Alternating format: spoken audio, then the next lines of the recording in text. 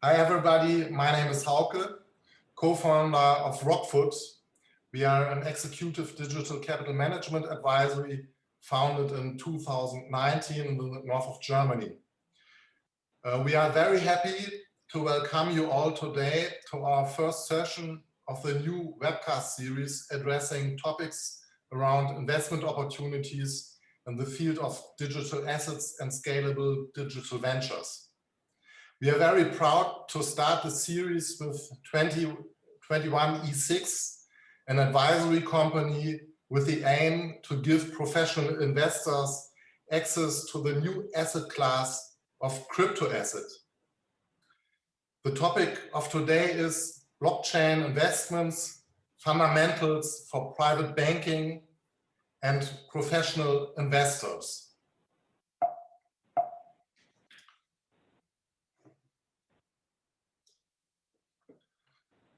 Before starting the presentation with Roman Redmeier from 21E6, I have the honor to give you some short insights about the advisory portfolio of Rockfoot.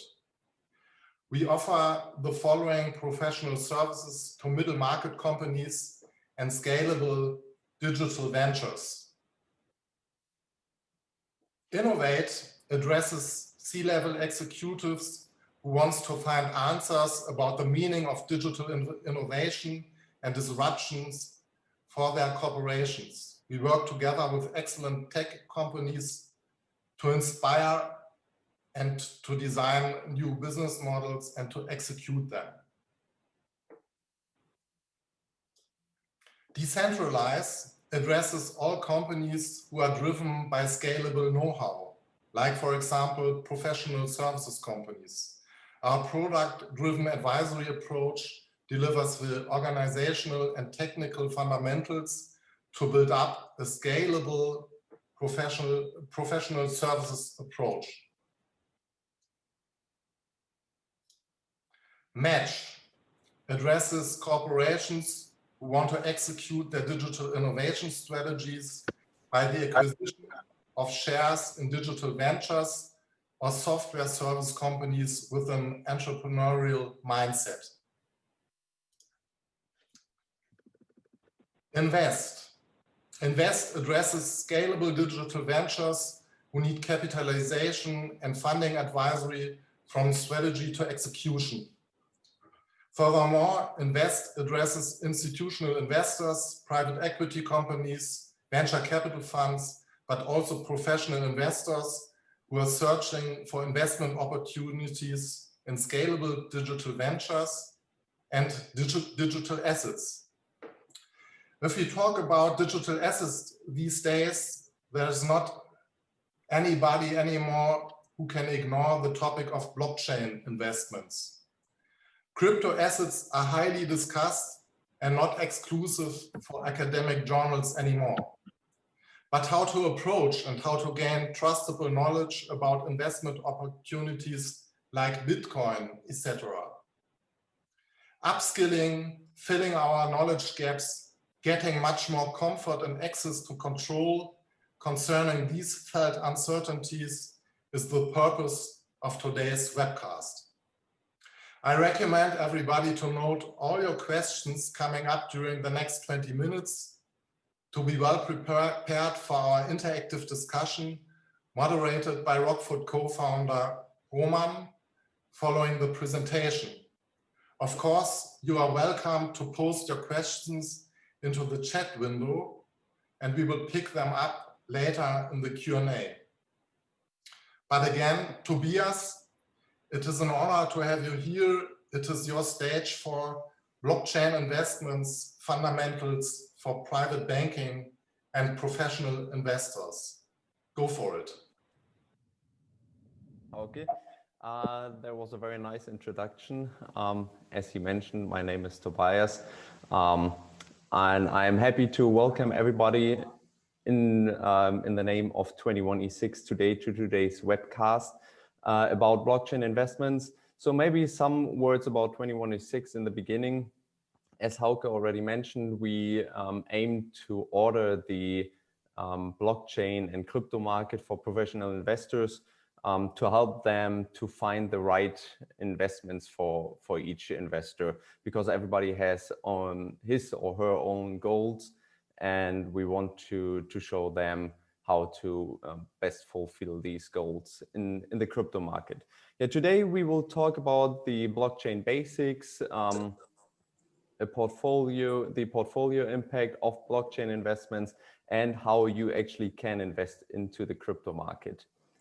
I think I cannot click the presentation. I will click forward. Okay, thank you. You can go one slide further. Yeah. So, what is the crypto industry about? So, what does it mean, the crypto market? So, blockchains will probably change a lot in our daily lives. We might not see it all the time, but it will happen. And who doesn't want to be part of this trend? We always say it's basically like the internet was in the 90s. And I think everybody agrees that it would have been great to be part of the last investment opportunity with the internet. And if we now think about, for example, smart contracts, which are talked about a lot at the moment, they help the Internet of Things to become reality. And in the insurance industry, for example, blockchains can help to track the cases in the insurance companies, and to actually do the payment in real time. And if we also think about today's issues regarding data protection or data processing, blockchains will help a lot. Sorry? Yeah. Herr Rosier, you might, could mute yourself. Thank you. And so yeah, if we now talk about the data protection, blockchains will be able to for example, help with the digital health. So in the health industry, it will help to really support the trends in this industry. And the blockchain technology, just classically in the finance industry, if we look at the payment processes in Switzerland, you are sometimes already able to pay with Bitcoin or Ethereum at the authorities. And I think this will be a great growth potential as well. And so we can continue now with the next slide.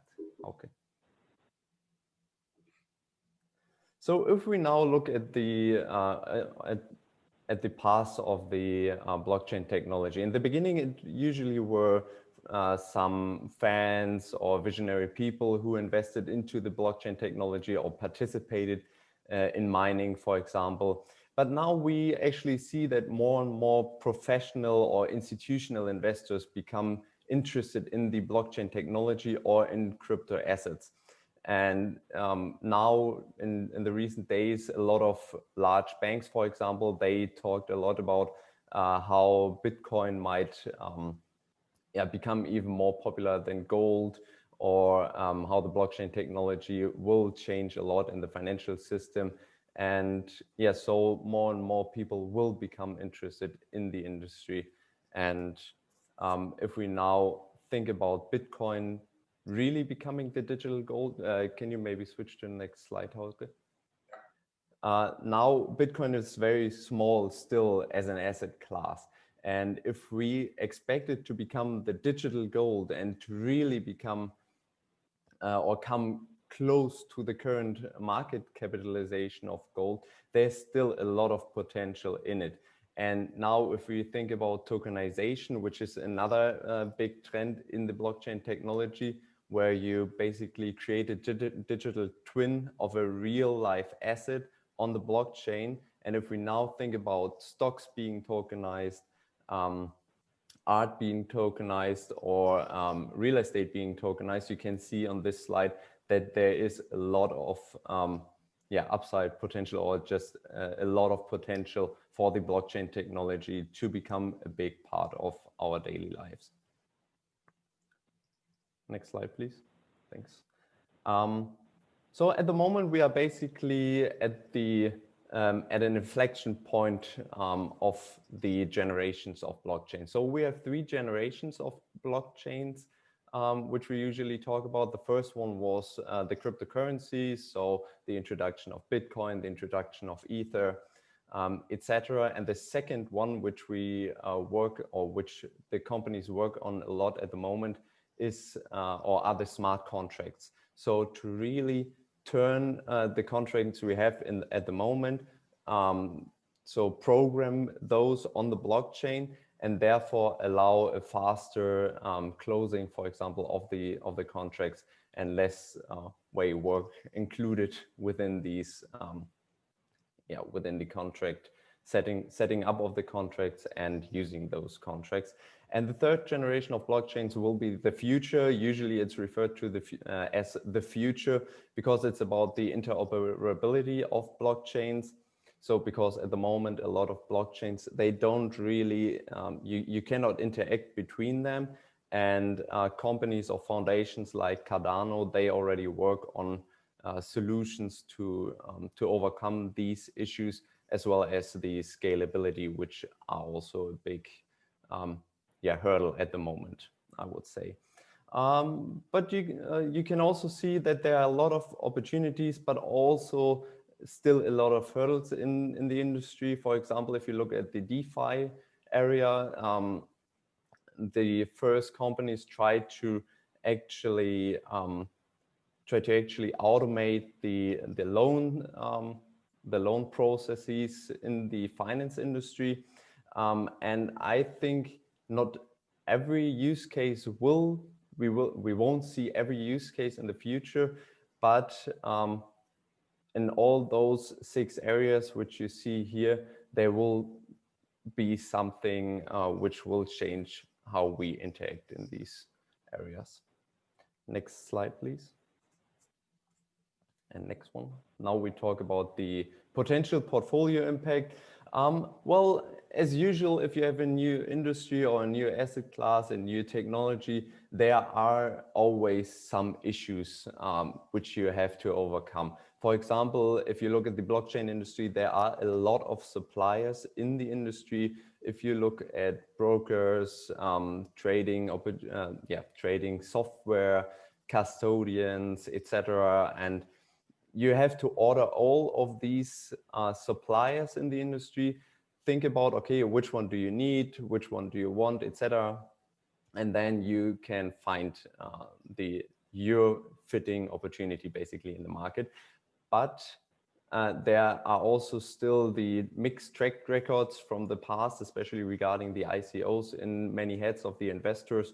And so we have to overcome these as well, to show the investors that today the market consolidated, there are less opportunities for fraud, there are better opportunities for gaining really the upside potential of the blockchain industry.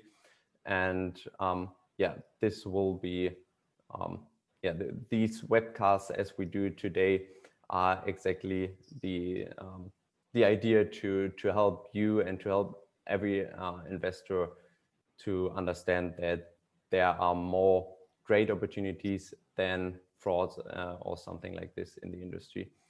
In addition, a lot of companies, they don't yet understand the blockchain technology. They didn't really read about it yet, so they have to be educated in it. And if we now look at the multiple accounts again, you have to have an exchange, you have to have a custodian, etc.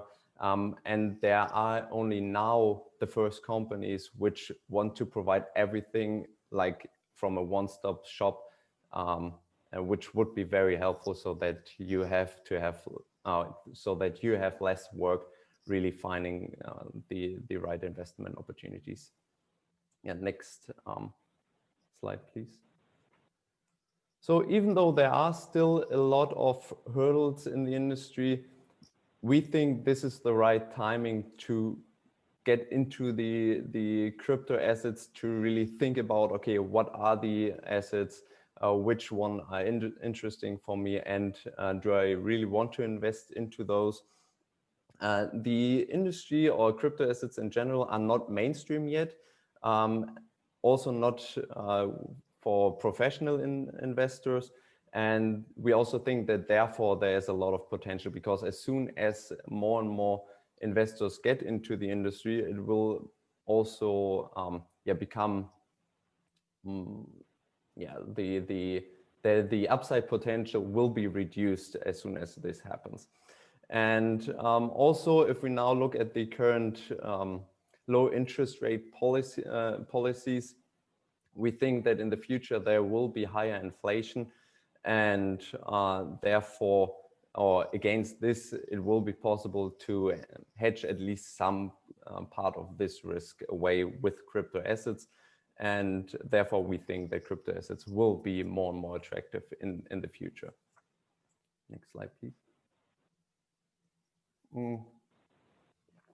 If you now allow me to give you a short overview of the past of Bitcoin in this case, for example, if you look at the linear graph of Bitcoins, of the Bitcoin price, actually, it jumped a lot in recent years, especially in 2017, when the sharp rise was, and also a sharp drop resulted from after this sharp rise.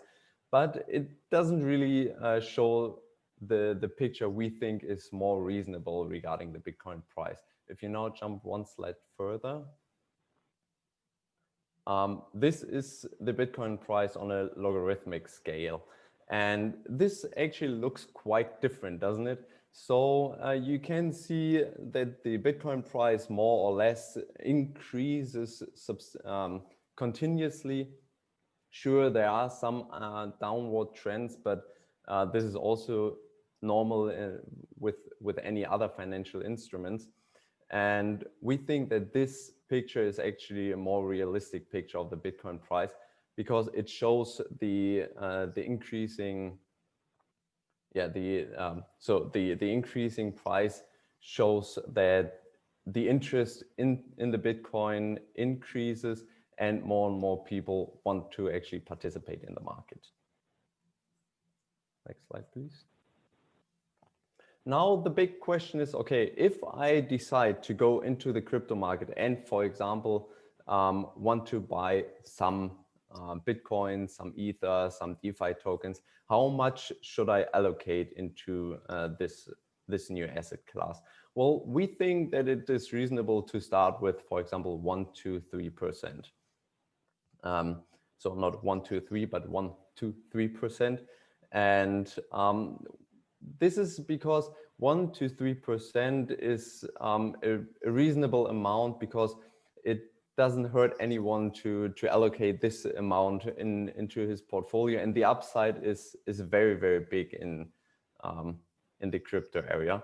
And so even with a small allocation into crypto, due to the low correlation, the high upside potential, you only probably will have a small standard deviation in your, so small increase in your standard deviation, but way higher returns from those crypto assets.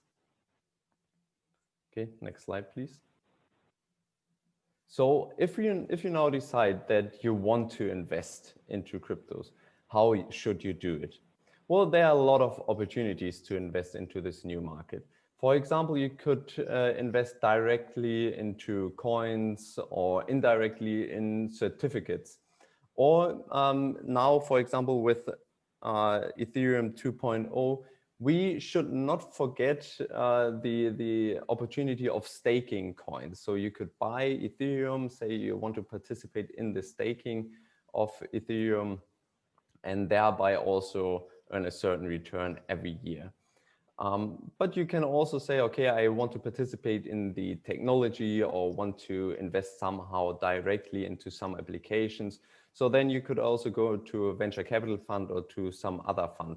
So you see, there is a large, there are many, or there is a large amount of investment opportunities. You only have to decide in what you want to invest. And therefore we, for example, want to show you some ideas how the market is structured and what opportunities exist. Next slide, please. Thank you. For example, if we now look at if you now look at how you could invest 10 million into Bitcoin in Germany, well, you could, for example, invest a large part of it into already established players like BSDX or into a Han ETF certificate. So if you invest into those two, you have the main part of your investment with an established, very secure player. And the rest you can invest, for example, into a fund. We now have here the L1 Digital with a small amount where you can invest, so that you can get a feeling for the performance of first the asset, but also the funds, etc. And if we now look at the market, how it behaved in the past and how we expect it to behave in the future, you will probably gain quite a nice return in the next 12 to 24 months. And yeah, so what you should know, it's fine. You can go to the next slide. So what are your primary takeaways for today? Well, first, the blockchain is a disruptive technology. Smart contracts and DeFi, the DeFi movement, I would call it, will change a lot in our daily lives. We might not see it all the time. It will run in the background as most software does. But also the tokenization of crypto assets, the tokenization of assets just started, and it's only a question of time until it really will become popular, and yeah, more and more people or companies will use it. The blockchain, in addition, the blockchain values, they have own value drivers by themselves. For example, if you look at the amounts of applications which are built on a blockchain, or how many coins there will exist in the future. So these are ideas which can be used, or these are criteria which can be used to value a blockchain. And this also becomes more and more popular in the financial industry. And we will be able to analyze the blockchains more and more in the future.